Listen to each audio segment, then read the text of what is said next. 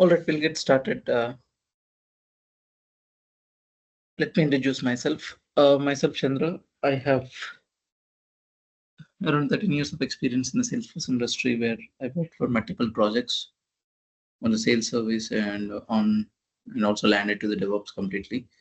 Where I have on the DevOps, I started with the chain sets and then Workbench and then later to Bamboo at some point of time, and later shifted to Copado, the complete Copado, the in and out experience on the metadata format and also on the Copado, the source format, and Copado to Zero integration, Copado to Azure DevOps integration.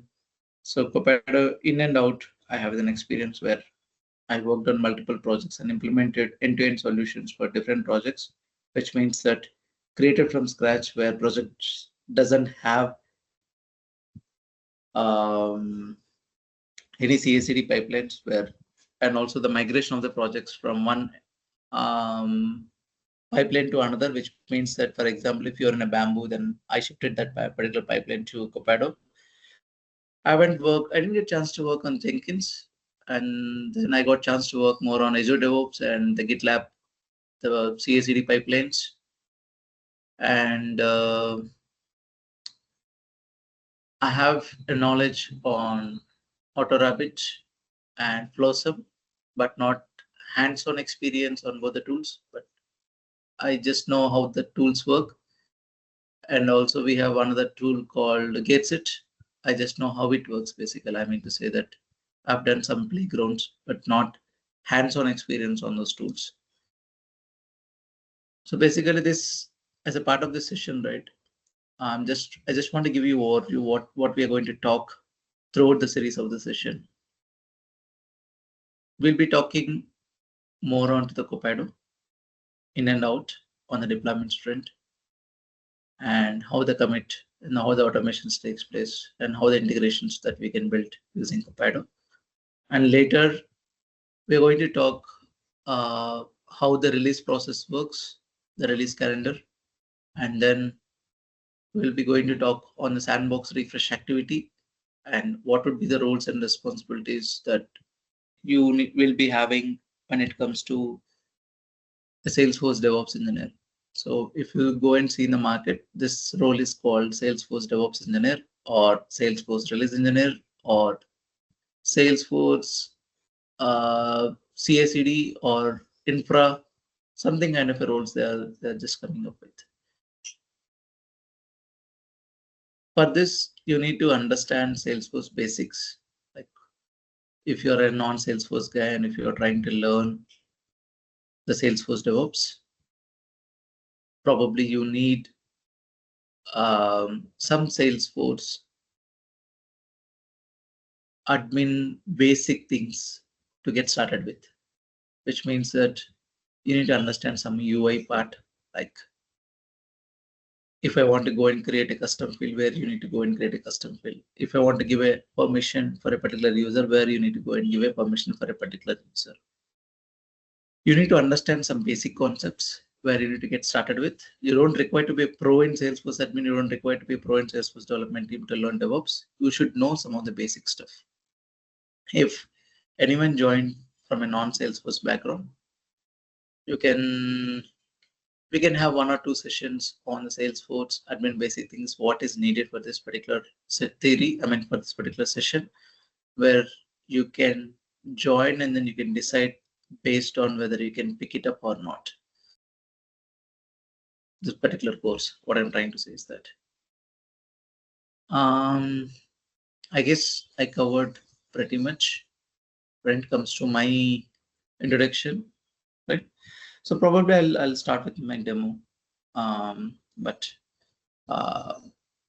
who are non-Salesforce, for them it will be new for sure. Just let me know if you're able to see my screen. I'll give a short way of teaching of, the style is little different of from the others. I don't want to go much more onto the theory part. I concentrate more on the practical part. So I have a playground where I have a source format and I have so basically we have a success.copado.com. It's nothing but it's a playground which is given by Copado where you can play around with the things, because the license is little costly. They cannot give for the organizations where if you want to work for a small organizations, they cannot give you the license. But whatever you have in real time, it has exact copy. 99.1% it has the same copy, except one of feature will not be present because of some licensing restrictions in place. Rest otherwise you can see everything what is there in the source format to metadata format. What is this source format and what is this metadata format? In Salesforce, initially we have chain sets. When I say chain sets, Salesforce is a CRM basically. It's a customer relationship management. Let's say you take an example of an Airtel guy, or if you take an example of a SIM person who is selling the SIMs outside the mall. You take any mall, and outside the mall, there's a guy who started doing a campaign and started selling the SIMs. So, which is nothing but if I take that example to CRM, right, the complete sales journey process which comes into picture. So that's called a sales cloud, which means first he started with a campaign, right? And next you go to him and then you want to buy a SIM, right? So for him, you are a lead for him, and that lead, he will convert that into account, contact, and opportunity. So which means that whatever the details that you are giving, he will take those details and he will try to add those details in Salesforce for later point of time, and he will create a contact, and from contact he will create an account, which means that he will give you a SIM number, and later you will do a recharge. Your sales journey is processed. That means he sell the SIM. Now, when it comes to Service Cloud, so now you have a problem with the SIM where you want to call to the customer or you want to raise a case, which is nothing but Service Cloud. So Service Cloud always deals with the cases and the warranties and also the replacement kind of stuff. You go for any shop, and if you want to, if you have any issues, see, the thing is that initially the sales journey will come and the next the service journey will come, right? In terms of Salesforce, it's called Sales Cloud and the service is called Service Cloud. And if you want to put the same kind of whatever the Airtel process that you are selling the SIMs, right? And if you want to bring that sales process into Salesforce, right? You can onboard to Salesforce and you can start using it in Salesforce. First of all, somebody comes to you, so you created a campaign that you will ask this person, how do you know that I'm selling the SIMs here? So he will say some source, somebody told, my friend told, or some newspaper I've seen, or somewhere while passing here, I've seen this coding board or something. Why this is needed? Because for a sales marketing persons or the marketing people, they want to understand where the source is coming from majorly, so that they will concentrate on that area to increase their sales basically. And when it comes to Service Cloud, you have the warranty issues, and if you have any issues with the SIM, etc., comes under Service Cloud. Now you have different environments. When I say different environments, you have a sandbox and you have a production. In Salesforce, sandbox is nothing but non-production, and production is nothing but production. So sandbox is meant for you are making changes in the sandbox, and then later you are promoting the changes to production. So which means that I cannot do the things, everything directly on production, because it breaks the things and I can't do the stuff, and it is against the process and it is not the right way to do the things. And sometimes Salesforce will not allow you to directly do the stuff on production. So you have to do it in lower, make sure that is being tested and given sign off, later you put for production. So in general, if you go to the Zero process, what it starts is that, I mean, somebody will create an epic. From there, the user stories will get splitted. And let's say you are a developer and then you got a Jira story. And in Jira story, they says that, boss, you go ahead and do the development. So the development is that go and create a custom field. And let's say the custom field is a checkbox. So for that, I need to log into Salesforce. So they given me an environment called Dev1. So I have to log into my Dev1 instance. And from there, let's say this is my Dev1 instance. Take an example that I'm logging into Dev1 instance and I have a username and password. So I have an URL which is given to me where I'm logging into the Salesforce instance. the requirement that are given to me is that to build a custom field. So what I'll do is that to build a custom field, as I'm a Salesforce guy, I know where I have to do it. So first thing is that I have to go to setup, and then from setup, I go to object manager and I create a custom field, right? So this is a developer point of view, right? So he go to an object manager account, and I'm creating a custom field, fields and relationships, new. I'm creating one of the custom fields. So you can take a text or you can take anything. You take a checkbox. Okay. Next. And the story is create CS field, let's say. Next. So I have to give permission to one of the profile. So which means that who will be having the access to this one. For example, I want to give access only for system admin. And I want to show this on the layout as well. So which means that on the UI front, I want user to be update this particular field, which means that if I go to account object records, so which means that account, and when I click on new record, right? So on the UI, I want to see the particular field. So that is the reason I'm adding that particular field called cus. What is that field called?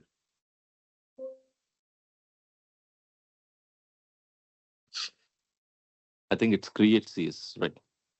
Yeah. So create CS field is the one which I've created a checkbox, which I want to show it on a UI. So the thing is that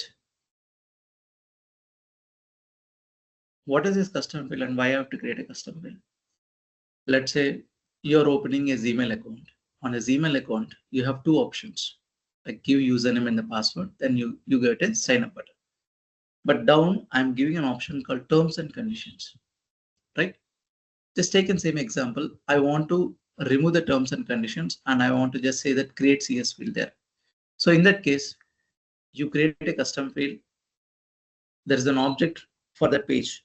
You create the object in that particular field and then show that on the layout for the user so that it will be displayed for the user, right?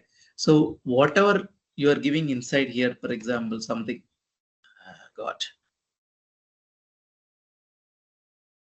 let's say you're giving some number, something. You are saying some phone, some number. Let's say that guy, whoever came to you and whoever is asking, I want to buy a SIM, you take his SIM details and you say that the type is a customer and something, and then you save it. So if you see here, this is data. This is metadata, which means metadata can be deployed, whereas data can be migrated, right? Your role comes into picture here, where the development will be done by a developer, where the DevOps person will be there to do the migration plus to do the deployment as well. For example, I created a create CS field, right? So if this create CS field to be available in next my environment, let's say you take an example of my instance. Let's say I'm building a pipeline like this, dev1 to INT to UAT to production. This is my simple pipeline where in dev sandbox, I do my customization, I do my configuration, which is nothing but I do my development. Now I want to do the deployment to INT, where my QA testing will start. I'm just giving you an example, but in real time, you will not do INT in QA testing. In UAT, where you want to do the user acceptance testing, or I want business to test it here as well sometimes. And then production, you are releasing the product. You are releasing it. You take an example of iOS and or Android, an Android version or iOS version, every time you will get a new feature, right? So if they want to develop a new feature, they will develop in the dev instance and later they move to INT and then to UAT, and later they will release for production where it is available for you to use it. So the behind the scenes, what it is doing, these are the steps that they have it. So before that, they have a Jira or Asana or ADO, Azure, where your Jira story will be defined and it will be created by your product owner. Like from Epics, the stories will be get created and the story will be assigned to you.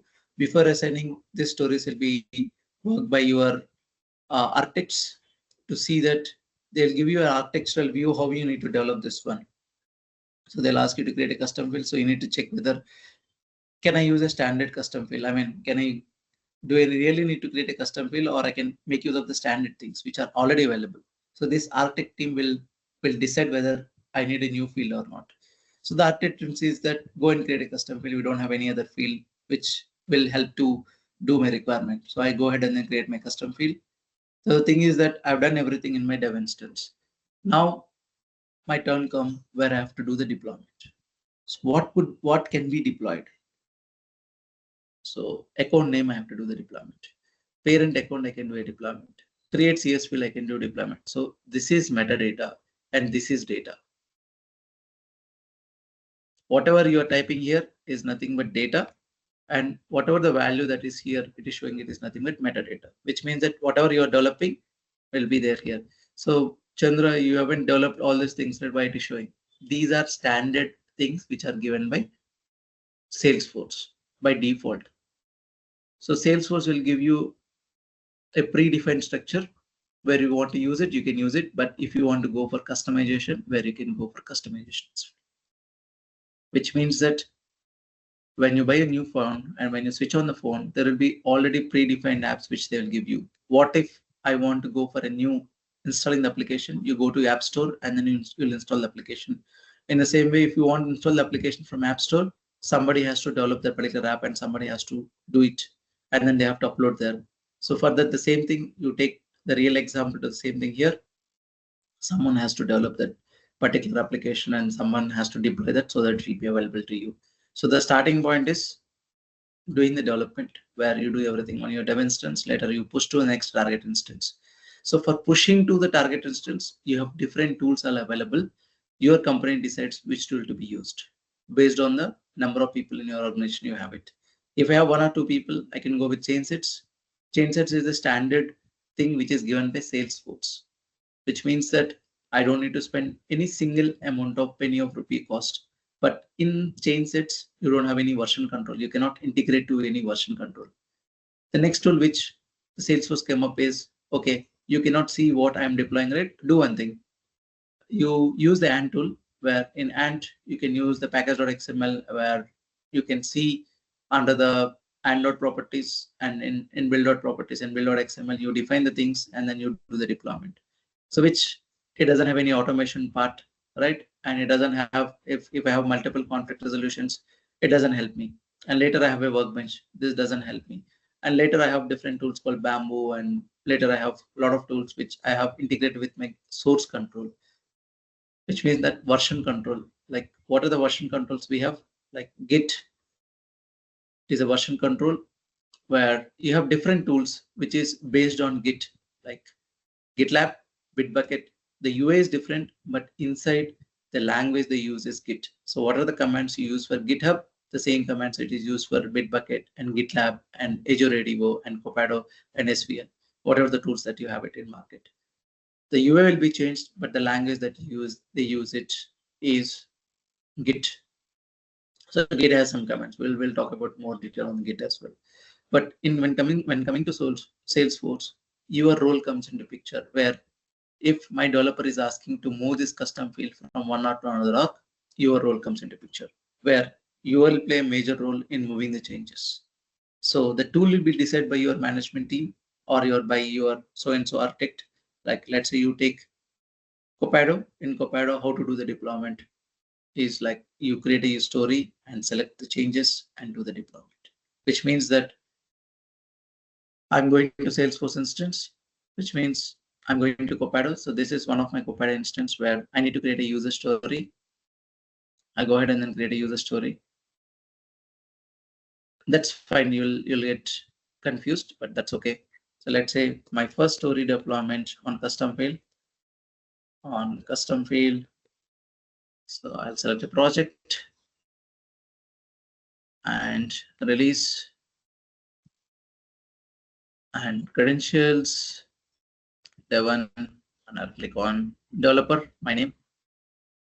I'll click on save. Now the thing is that I want to do a commit changes. So how it is different from other tools? The other tools it is different is that they have given a UI for me. So what if I use a tool called Bamboo or anything? I need to do the commits outside, which means that I need to go to VS Code, and then in the VS Code, I need to give the commands called.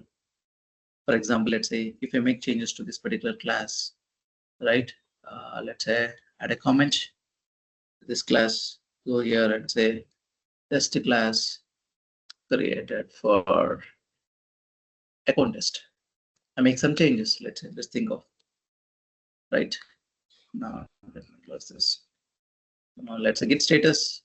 I can see that I changed one file. Now I want to stay this file, git add dot, and I can see the changes. It got changed into green color. Then do a commit. Git commit -m, added a comment,